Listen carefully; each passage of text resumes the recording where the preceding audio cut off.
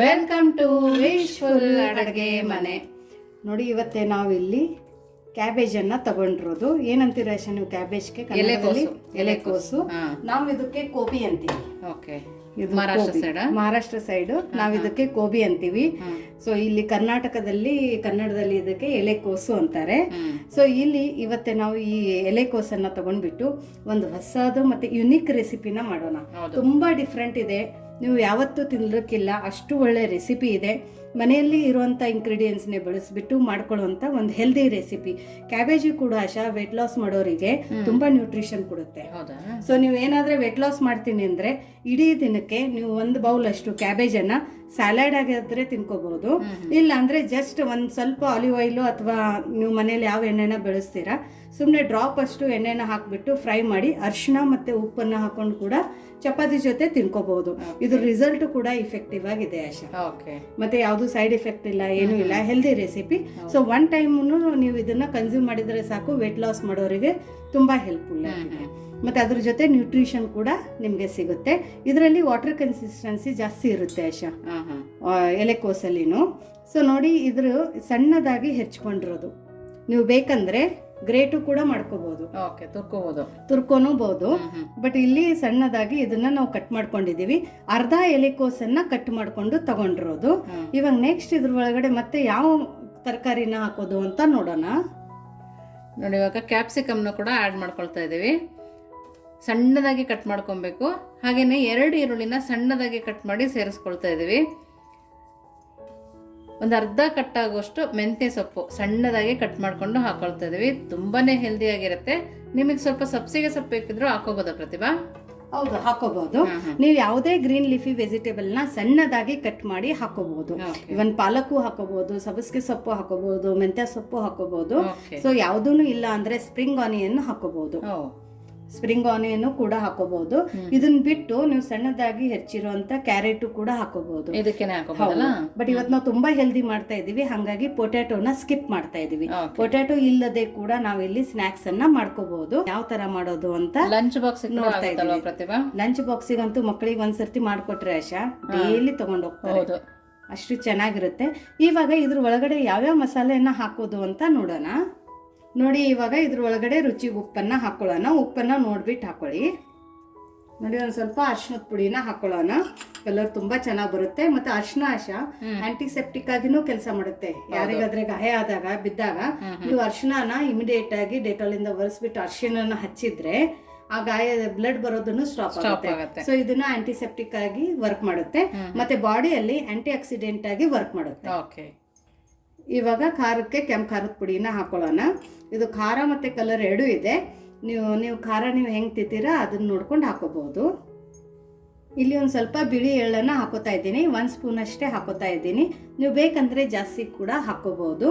Nylon ಎಳ್ಳನ್ನು ಬಳಸಬೇಡಿ, ಬಿಳಿ ಎಳ್ಳು ಇರುತ್ತಲ್ಲ ನಾನ್ ಪಾಲಿಶ್, ಅದನ್ನೇ ಬಳಸಿ. ಕಪ್ಪೆಳ್ಳು ಹಾಕೋಬಹುದಲ್ಲ? ಕಪ್ಪೆಳ್ಳು ಹಾಕೋಬಹುದು, ಅದನ್ನು ಹೆಲ್ತ್ ತುಂಬಾ ಒಳ್ಳೆಯದು. ಅದ್ರ ಜೊತೆ ಇಲ್ಲಿ ನಾನು ಒಂದು ಅರ್ಧ ಸ್ಪೂನ್ ಅಷ್ಟು ಓಂ ಕಾಳನ್ನ ಹಾಕೋತಾ ಇದ್ದೀನಿ. ಅಜ್ವೈನ್ ಒಂದು ಅರ್ಧ ಸ್ಪೂನ್ ಅಷ್ಟು ಧನಿಯಾ ಪೌಡರ್ ಇಲ್ಲ ಅಂದ್ರೆ ಧನಿಯಾನ ಒಂದ್ ಸ್ವಲ್ಪ ಕ್ರಶ್ ಮಾಡಿ ಹಾಕೋಬಹುದು, ಅದು ಚೆನ್ನಾಗಿರುತ್ತೆ ಟೇಸ್ಟ್. ಅದು ಇನ್ನೂ ಚೆನ್ನಾಗಿ ಕೊಡುತ್ತೆ ಟೇಸ್ಟ್. ಹೌದು. ನೋಡಿ, ಇಲ್ಲಿ ಇವಾಗ 1 ಕಪ್ದಷ್ಟು ಕಡಲೆ ಹಿಟ್ಟನ್ನ ತಗೊಂಡಿರೋದು. ಜಡಿ ಮಾಡಿ ತಗೊಳ್ಳಿ, ಇಲ್ಲ ಕ್ಲೀನ್ ಆಗಿದೆ ಅಂದ್ರೆ ಹಾಗೇನು ಬಳಸಬಹುದು. ನೀವು ಬಜಿ ಬೋಂಡಕ್ಕೆಲ್ಲ ಯೂಸ್ ಮಾಡ್ತೀರ ಅದೇ ಕಡಲೆ ಹಿಟ್ಟು. ಇಲ್ಲಿ 1 ಕಪ್ದಷ್ಟು ಕಡಲೆ ಹಿಟ್ಟಕ್ಕೆ ಆಶಾ ಅರ್ಧ ಕಪ್ದಷ್ಟು ಗೋಧಿ ಹಿಟ್ಟನ್ನ ಬಳಸ್ತಾ ಇರೋದು. ಅದ್ರ ಜೊತೆ ಅರ್ಧ ಕಪ್ದಷ್ಟು ಅಕ್ಕಿ ಹಿಟ್ಟು ತಿನ್ನಲ್ಲ ಅಂದವರು ಜೋಳದ ಹಿಟ್ಟು ಕೂಡ ಬಳಸಬಹುದು, ಅಥವಾ ಸಜ್ಜೆ ಹಿಟ್ಟು ಕೂಡ ಬಳಸಬಹುದು. ಶುಗರ್ ಇರೋರು ಯೂಶ್ವಲಿ ರೈಸ್ ಐಟಮ್ ಅನ್ನ ಅವಾಯ್ಡ್ ಮಾಡ್ತಾರೆ. ಆಮೇಲೆ ವೆಯ್ಟ್ ಲಾಸ್ ಮಾಡೋರು ಕೂಡ ರೈಸ್ ಫ್ಲೋರು ಅಥವಾ ರೈಸನ್ನು ಅವಾಯ್ಡ್ ಮಾಡ್ತಾರೆ. ಅವರು ಅಕ್ಕಿ ಹಿಟ್ಟು ಬದಲಾಗಿ ಜೋಳದ ಹಿಟ್ಟು ಅಥವಾ ಸಜ್ಜೆ ಹಿಟ್ಟು ಅಥವಾ ಮಿಲೆಟ್ಸ್ ಹಿಟ್ಟು ಕೂಡ ನೀವು ಹಾಕೋಬಹುದು. ಸೊ ಇವಾಗ ಇದನ್ನೆಲ್ಲಾನು ನೀಟಾಗಿ ಮಿಕ್ಸ್ ಮಾಡ್ಕೊಳ್ಳೋಣ. ನೋಡಿ, ಇವಾಗ ಅದೇ ಥರ ಮಿಕ್ಸ್ ಮಾಡ್ಕೊಬೇಕು. ನಾವು ಮೆಂತ್ಯ ಸೊಪ್ಪು ತೊಳೆದಿರ್ತೀವಲ್ಲ ಅದರಲ್ಲೂ ನೀರಿರುತ್ತೆ, ಮತ್ತು ಎಲೆಕೋಸಲ್ಲೂ ನೀರಿರುತ್ತೆ. ಹಾಗೇನೆ ಮಿಕ್ಸ್ ಮಾಡ್ಕೊಬೇಕು. ಆಮೇಲೆ ಬೇಕಾದ್ರೆ ಸ್ವಲ್ಪ ನೀರು ಹಾಕೊಬೇಕಲ್ವಾ ಪ್ರತಿಭಾ? ಹೌದು, ಯಾಕಂದ್ರೆ ಕ್ಯಾಪ್ಸಿಕಮ್ ಬೇರೆ ನೀರು ಬಿಡುತ್ತಲ್ಲ ಆಶಾ. ಹೌದು. ಸೊ ಎಲ್ಲ ಫಸ್ಟ್ ಮಸಾಲೆ ಹಿಟ್ಟಿನ ಜೊತೆ ಮತ್ತೆ ತರಕಾರಿ ಜೊತೆ ಹೊಂದ್ಕೋಬೇಕು. ಸೊ ಆ ಹೊಂದ್ಕೋಬೇಕು ಅಂದರೆ ಎಲ್ಲ ನೀಟಾಗಿ ಕೈಯಿಂದ ನಾವು ಈ ಥರ ಮಿಕ್ಸ್ ಮಾಡ್ಕೋಬೇಕು. ಸೊ ಇದನ್ನು ನೀಟಾಗಿ ಮಿಕ್ಸ್ ಮಾಡ್ಕೊಳ್ಳೋಣ. ನೋಡಿ ಇವಾಗ ಸ್ವಲ್ಪ ಸ್ವಲ್ಪನೇ ನೀರು ಹಾಕಿ ಕಲಿಸ್ಕೊಬೇಕು.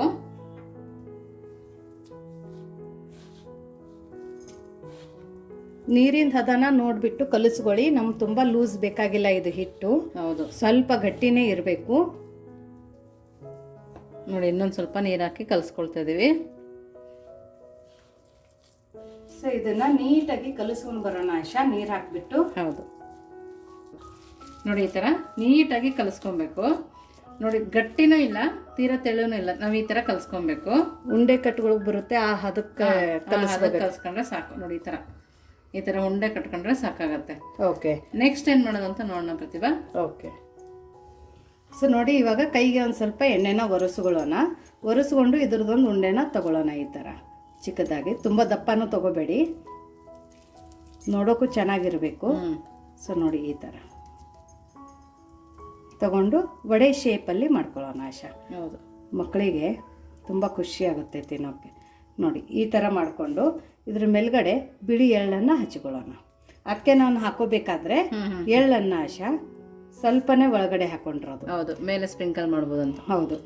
ಸೊ ನೋಡಿ ಎಷ್ಟು ಚೆನ್ನಾಗಿ ಕಾಣ್ತಾ ಇದೆ ನೋಡೋಕ್ಕೆ, ಫಸ್ಟ್ ಕ್ಲಾಸ್ ಆಗಿದೆ. ಸೊ ಇದೇ ಥರ ನಾವೆಲ್ಲದನ್ನು ಮಾಡ್ಕೊಂಡು ಬರೋಣ. ಸೊ ನೋಡಿ ಎಲ್ಲದನ್ನು ಇದೇ ಥರ ಮಾಡ್ಕೊಂಡು ಬಂದಿರೋದು. ಇವಾಗ ನೆಕ್ಸ್ಟ್ ಏನು ಮಾಡೋದು ಅಂತ ನೋಡೋಣ ಬನ್ನಿ. ಸೊ ನೋಡಿ ಇಲ್ಲಿ ಒಂದು ಕಬ್ಬಿಣದ ತವೆನ ಇಟ್ಕೊಂಡಿರೋದು, ಹೈ ಫ್ಲೇಮಲ್ಲಿ ಬಿಸಿ ಮಾಡೋಕೆ ಇಟ್ಕೊಂಡಿರೋದು.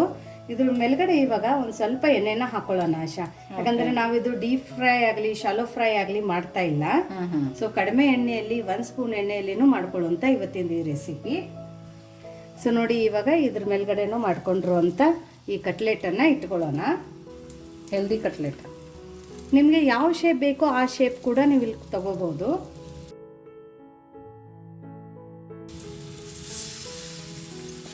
ಸೊ ನೋಡಿ ಫ್ಲೇಮನ್ನು ತವೆ ಕಾಯ್ದ ನಂತರ ಲೋಲ್ಲಿ ಇಟ್ಕೊಂಡು ನಾವೆಲ್ಲ ಕಟ್ಲೆಟನ್ನು ಹಾಕೋಬೇಕು ಆಶಾ. ಆಮೇಲೆ ಇದನ್ನು ನಾವು ಮೀಡಿಯಂ ಫ್ಲೇಮಲ್ಲಿ ಇಟ್ಕೊಂಡು ಬೇಯಿಸ್ಕೋಬೇಕು. ಓಕೆ. ಸೊ ಇವಾಗ ಆಶಾ ಇದ್ರ ಮಧ್ಯದಲ್ಲಿ ಸ್ವಲ್ಪ ಎಣ್ಣೆನ ಹಾಕೊಳ್ಳೋಣ ಈ ಥರ. ಆವಾಗ ಸೆಂಟ್ರಕ್ಕೆ ಒಂಥರ ಚೆನ್ನಾಗಿ ಕ್ರಿಸ್ಪಿನೆಸ್ ಕೊಡುತ್ತೆ. ಹೌದು, ನೀವು ಬೇಕಂದರೆ ಹಾಕೋಬಹುದು, ಬಟ್ ನಾನಿಲ್ಲಿ ಕಬ್ಬಿಣದ ತವೆನ ಯೂಸ್ ಮಾಡಿದ್ದೀನಿ. ನೀವು ನಾನ್ ಸ್ಟಿಕ್ ತವೆಯಲ್ಲಿ ಕೂಡ ಮಾಡ್ಕೋಬಹುದು, ಏನು ಎಣ್ಣೆ ಇಲ್ಲದೆ ಕೂಡ ಮಾಡ್ಕೋಬಹುದು. ಸೊ ನೋಡಿ ಈ ಥರ ಎಲ್ಲ ಕಡೆ ಒಂದು ಸ್ವಲ್ಪ ಎಣ್ಣೆನ ಹಾಕೊಳ್ಳೋಣ. ಸೊ ಗೋಧಿ ಹಿಟ್ಟನ್ನು ಕೂಡ ನಾವು ಇಷ್ಟು ಹೆಲ್ದಿಯಾಗಿ ರೆಸಿಪಿನ ಮಾಡ್ಕೋಬಹುದು.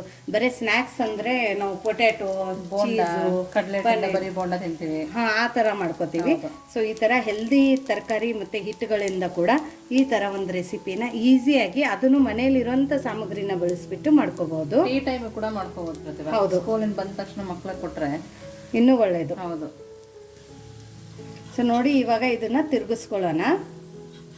ಇವಾಗ ಆಶಾ ಒಂದ್ಸರ್ತಿ ನಾವು ಟರ್ನ್ ಮಾಡ್ಕೊಂಡ ನಂತರ ಫ್ಲೇಮನ್ನು ಹೈಯಲ್ಲಿ ಇಟ್ಕೊಳ್ಳೋಣ.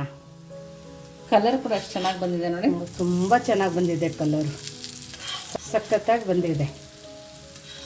ಈ ಥರ ಮಕ್ಕಳಿಗೆ ಸಾಸ್ ಕೊಟ್ಟರಂತ ಪ್ರತಿಭಾ. ಹೌದು, 1 ನಿಮಿಷದಲ್ಲಿ ಖಾಲಿ ಮಾಡ್ತಾರೆ. ಮಕ್ಕಳಿಗೆ ಬಾಕ್ಸಿಗೆ ಪ್ಯಾಕ್ ಮಾಡಿಕೊಡಿ. ಟಿಫನ್ ತಿನ್ಕೊಂಡು ಬರಲಾರ್ದು ಮಕ್ಕಳು ಕೂಡ ಡೈಲಿ ಬಾಕ್ಸನ್ನು ಖಾಲಿ ಮಾಡ್ಕೊಂಡು ಬರ್ತಾರೆ. ಸೊ ಇವಾಗ ಇದನ್ನು ನಾವು ಈ ಥರ ಗೋಲ್ಡನ್ ಬ್ರೌನ್ ಆಗೋ ತನಕ ಹೈ ಫ್ಲೇಮಲ್ಲಿ ರೋಸ್ಟ್ ಮಾಡ್ಕೊಂಡು ಬರೋಣ, ಫ್ರೈ ಮಾಡ್ಕೊಂಡು ಬರೋಣ. ಸೊ ನೋಡಿ ಇದು ತುಂಬ ಚೆನ್ನಾಗಿ ರೋಸ್ಟ್ ಆಗಿದೆ, 2 ಸೈಡು ತುಂಬ ಚೆನ್ನಾಗಿ ನೋಡಿ ಕಲರ್ ಬಂದಿದೆ. ಎಳೆ ಇರೋ ಸೈಡನ್ನು ನೀವು ಜಾಸ್ತಿ ಕರಿ ಮಾಡಬೇಡಿ, ಇಲ್ಲಾಂದರೆ ಅದ್ರ ಕ್ರಂಚಿನೆಸ್ ಹೋಗ್ಬಿಟ್ಟು ಒಂಥರ ಕಹಿ ಬಂದ್ಬಿಡುತ್ತೆ. ಸೊ ಅದ್ರ ಅಥೆಂಟಿಕ್ ನಿಮಗೆ ಟೇಸ್ಟ್ ಕೊಡಲ್ಲ. ಎಷ್ಟು ಚೆನ್ನಾಗಿದೆ ಅಂದರೆ ನೋಡಿ, ಇದು ಎಷ್ಟು ಚೆನ್ನಾಗಿ ಜಸ್ಟ್ ರೆಡಿಶ್ ಆಗಿದೆ. ಡೋನಟ್ಸ್ ತಿಂತೀವಲ್ಲ, ಹೌದು, ಆ ಥರನೇ ಆಗಿದೆ. ಸೊ ನೋಡಿ ಕಲರು ಕೂಡ ಎಷ್ಟು ಸಖತ್ತಾಗಿ ಬಂದಿದೆ, ತುಂಬ ಚೆನ್ನಾಗಿ ಬಂದಿದೆ ಕಲರ್, ಇಲ್ಲಿ ನೀವು ನೋಡ್ಬೋದು. ಸೊ ಇವಾಗ ಇದನ್ನ ಆಶಾ ನಾವು ಸರ್ವ್ ಮಾಡೋಣ. ಹೌದು. ಸೊ ನೋಡಿ ನಮ್ಮದು ಬಿಸಿ ಬಿಸಿ ಕಟ್ಲೆಟ್ ರೆಡಿಯಾಗಿದೆ, ಗೋಧಿ ಹಿಟ್ಟಿಂದ ಮಾಡ್ಕೊಂಡಿರುವಂಥ ಕಟ್ಲೆಟ್. ಸೊ ಇದೇ ಥರ ನಾವೆಲ್ಲದನ್ನು ಸರ್ವ್ ಮಾಡ್ಕೊಳ್ಳೋಣ ಆಶಾ. ಸೊ ನೋಡಿ ನಮ್ಮದು ಎಲ್ಲ ಕಟ್ಲೆಟ್ ಮಾಡಿ ರೆಡಿಯಾಗಿದೆ, ನೋಡೋಕೆ ಎಷ್ಟು ಚೆನ್ನಾಗಿದೆ, ತಿನ್ನೋಕ್ಕೂ ಅಷ್ಟೇ ಟೇಸ್ಟಿಯಾಗಿದೆ. ಈ ಥರ ಕೊಟ್ಟರೆ ಇದು ನಾವು ಹಿಟ್ಟಿಂದ ಮಾಡಿದ್ದೀವಿ ಅಂತಲೂ ಗೊತ್ತಾಗಲ್ಲ, ಕ್ಯಾಬೇಜ್ ಹಾಕಿದ್ದೀವಿ ಅಂತ ಗೊತ್ತಾಗಲ್ಲ. ನೋಡಿದರೆ ಆಶಾ ನಾವು ಆಲೂಗಡ್ಡೆಯಿಂದ ಮಾಡಿದ್ದೀವಿ ಅನಿಸುತ್ತೆ, ಬಟ್ ಇದರಲ್ಲಿ 0 ಆಲೂಗಡ್ಡೆ ಇದೆ, ಮತ್ತು ಏನೋ ಇಲ್ಲ, ಮೊಸರಿಲ್ಲ, ಸೋಡಾ ಇಲ್ಲ, ಯಾವುದೇ. ಹೌದು. ಸೊ ದಿಢೀರಂತ ಆಗುತ್ತೆ, ಯಾವುದೇ ಪ್ರಿಸರ್ವೇಟಿವ್ ಕೂಡ ಇಲ್ಲ. ಸೊ ಇದ್ರ ಜೊತೆ ಅಷ್ಟೇ ಇವಾಗ ನಾವು ಒಂದು ಸ್ವಲ್ಪ ಸಾಸನ್ನು ಹಾಕೊಳ್ಳೋಣ. ಓಕೆ. ಸೊ ನೋಡಿ, ಮಕ್ಕಳಿಗೆ ಕೆಚಪ್ ಅಂದರೆ ಪ್ರಾಣ. ಹೌದು. ಕೆಚಪ್ ಇದ್ದರೆ ಏನಿದ್ರೂ ತಿನ್ಕೊಂಡು ಬಿಡ್ತಾರೆ ಅಡುಗೆ. ಸೊ ನೋಡಿ, ಕೆಚಪ್ಪು ಹಾಕೊಂಡಿದ್ದೀವಿ, ನಮ್ಮ ಕಟ್ಲೆಟು ರೆಡಿ ಇದೆ, ಅಷ್ಟೇ ಕ್ರಿಸ್ಪಿಯಾಗಿದೆ ನೋಡಿ. ಎಷ್ಟು ಚೆನ್ನಾಗಾಗಿದೆ ಅಂದರೆ ಕಲರು ಕೂಡ ಅಷ್ಟೇ ಚೆನ್ನಾಗಿ ಬಂದಿದೆ. ಇವಾಗ ನೋಡಿ ಓಪನ್ ಮಾಡಿ ತೋರಿಸ್ತೀನಿ. ಒಳಗಡೆ ಎಷ್ಟು ಫಳ್ಳಾಗಿದೆ ನೋಡಶ. ಹೌದು. ಹೊರಗಡೆ ಗರಿ ಗಡಿ, ಒಳಗಡೆ ಸಾಫ್ಟ್, ತಿನ್ನೋಕ್ಕೂ ಸಖತ್ತಾಗಿದೆ ನೋಡಶ.